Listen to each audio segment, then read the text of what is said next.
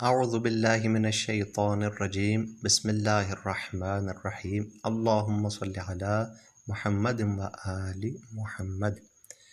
ہمارا آج کا ٹاپک توحید کی اقسام ہے۔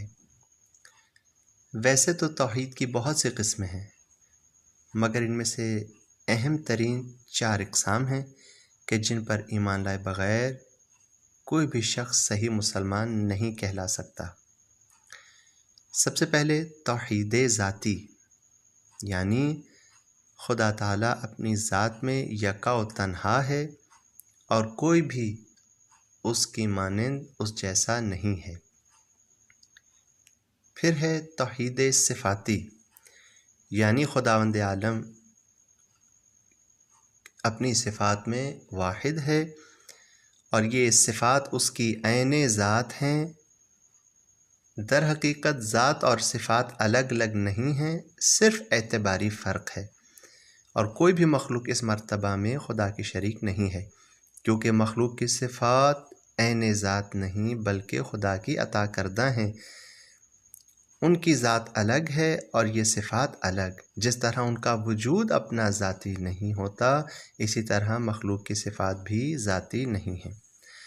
پھر ہے توحید افعالی، یعنی وہ افعال جن پر کوئی مخلوق بحیثیت مخلوق قادر نہیں، جیسے خلق کرنا، رزق دینا، حیات دینا، موت دینا، شفا عطا کرنا۔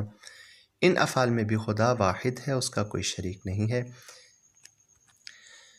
چوتھے نمبر پہ ہے توحید عبادتی، یعنی عبادت خدا کے ساتھ مختص ہے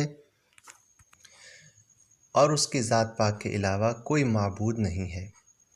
توحید کی یہ قسم تمام اقسام میں سے زیادہ اہم ہے۔ انبیاء الہی بھی اسی کی زیادہ تاکید کرتے رہے ہیں۔